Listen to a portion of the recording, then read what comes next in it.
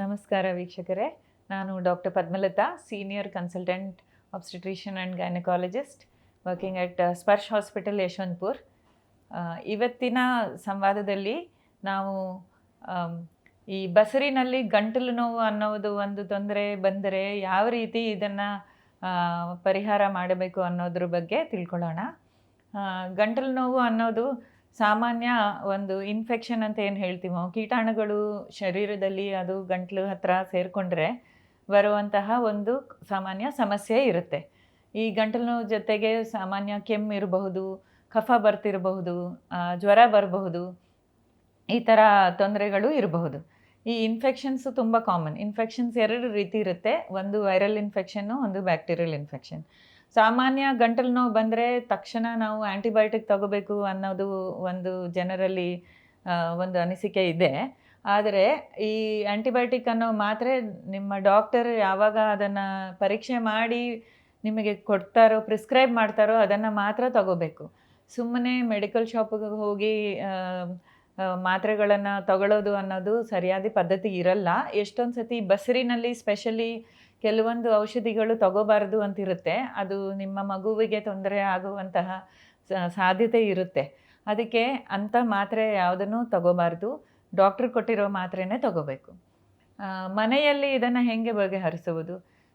ಮೊದಲನೇದಾಗಿ ಸ್ವಲ್ಪ ಬೆಚ್ಚಗೆ ಇರುವಂತಹ ಉಪ್ಪು ನೀರನ್ನ ಬಾಯಿ ಮುಕ್ಕಳಿಸಿ ಉಗಿಯೋದು ಅನ್ನೋ ಒಂದು ಕೆಲಸ ಒಂದು 10 ರಿಂದ 15 ನಿಮಿಷ ದಿನಕ್ಕೆ ಒಂದು 3 ರಿಂದ 4 ಸತಿ ಖಚಿತವಾಗಿ ಕರೆಕ್ಟಾಗಿ ಪದೇ ಪದೇ ಮಾಡ್ತಾ ಇದ್ದರೆ ನಿಮಗೆ ಬೇಗ ಇದರಿಂದ ರಿಲೀಫ್ ಸಿಗುತ್ತೆ. ಯಾವುದೇ ಒಂದು ಬೇರೆ ಮಾತ್ರೆ ಅಥವಾ ಆ್ಯಂಟಿಬಯೋಟಿಕ್ಕು ಏನೂ ಇಲ್ದಲೇ ಇದರಿಂದ ಈ ಸಮಸ್ಯೆಗೆ ಬಗೆಹರಿಸಬಹುದು. ಒಂದೊಂದು ಸತಿ ಬಸರಿಯಿಂದ ಆಗುವಂಥ ಶರೀರದಲ್ಲಿ ಆಗೋ ಚೇಂಜಸ್ಸಿಂದನೇ, ಅಂದರೆ ಅದಕ್ಕೆ ಕಂಜೆಷನ್ ಅಂತ ಏನು ಹೇಳ್ತೀವಿ, ಗಂಟ್ಲು ಹತ್ರ ಹೋಗೋ ರಕ್ತ ಪ್ರಸರಣ ಜಾಸ್ತಿ ಆಗ್ತಿರೋದ್ರಿಂದ ಹಾಗೂ ಗಂಟ್ಲು ನೋವು ಬರೋಕ್ಕೂ ಸಾಧ್ಯತೆ ಇದೆ. ಇದಕ್ಕೂ ಸಹಿತ ಈ ಉಪ್ಪು ನೀರಿನ ಗಾರ್ಗ್ಲಿಂಗ್ ಅಂತ ಏನು ನಾವು ಹೇಳ್ತೀವೋ, ಅಥವಾ ಉಪ್ಪು ನೀರು ಬಾಯಿ ಮುಕ್ಕಳಿಸಿ ಉಗಿಯೋದು ಒಂದು ಪ್ರಕ್ರಿಯೆ ಮಾಡೋದ್ರಿಂದ ಅದು ಸರಿ ಹೋಗಬಹುದು.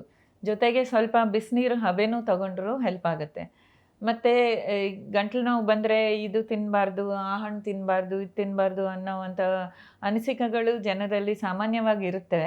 ಇಂಥ ಒಂದು ಪದ್ಧತಿ ಏನು ಅವಾಯ್ಡ್ ಮಾಡಬೇಕು ಅಂಥದ್ದು ಏನೂ ಇಲ್ಲ.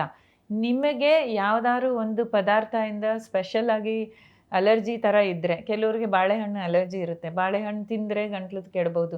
ಅಂಥ ಒಂದು ಹಣ್ಣುಗಳು ಆಗಲಿ ಪದಾರ್ಥಗಳನ್ನು ಅವಾಯ್ಡ್ ಮಾಡಿ. ಅದು ಬಿಟ್ಟರೆ ಸಾಮಾನ್ಯ ಎಲ್ಲ ರೀತಿ ಪದಾರ್ಥ ತಗೋಬಹುದು.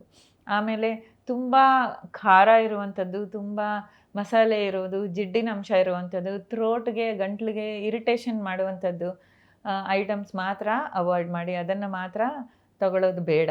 ಅದು ಬಿಟ್ಟರೆ ನಾರ್ಮಲ್ ಫುಡ್ ತಗೋಬೋದು. ನಿಮಗೆ ತುಂಬ ಹಾಟ್ ಆ್ಯಂಡ್ ಕೋಲ್ಡ್ ಫುಡ್ ನಿಮಗೆ ಗಂಟ್ಲಿಗೆ ಏನು ಹಿತವಾಗಿರುತ್ತೋ ಅದನ್ನು ತಗೊಂಡ್ರೆ ಸಾಮಾನ್ಯ ಇದು ಸರಿ ಹೋಗುತ್ತೆ.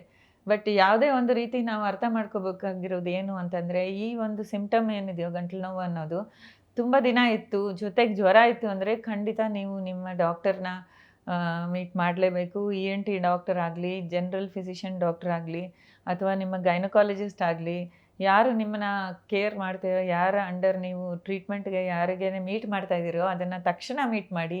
ಅವರು ಹೆಂಗೆ ಹೇಳ್ತಾರೋ ಹಾಗೆ ಮಾಡೋದು ತುಂಬ ಉತ್ತಮ.